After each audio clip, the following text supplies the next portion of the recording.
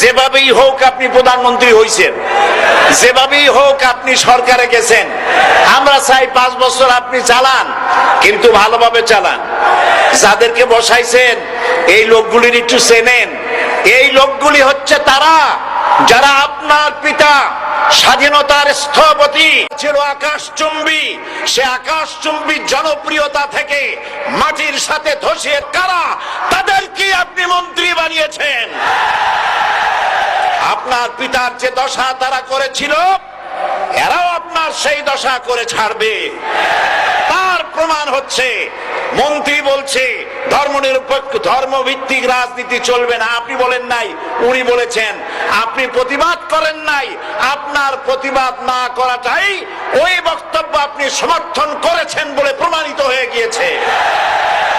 ধর্মভিত্তিক রাজনীতি নিষিদ্ধ ঘোষণা করবার মতো দুঃসাহস করবেন না। ধর্মভিত্তিক রাজনীতি শুধু বাংলাদেশে নয়, গত 50টি দেশে ধর্মভিত্তিক রাজনীতি আছে। তারা ইলেকশন করছে এবং ক্ষমতায় গিয়ে তারা পার্লামেন্টে অংশগ্রহণ করছে। বাংলাদেশে ধর্মনিরপেক্ষ রাজনীতি আপনি বন্ধ করতে পারবেন না।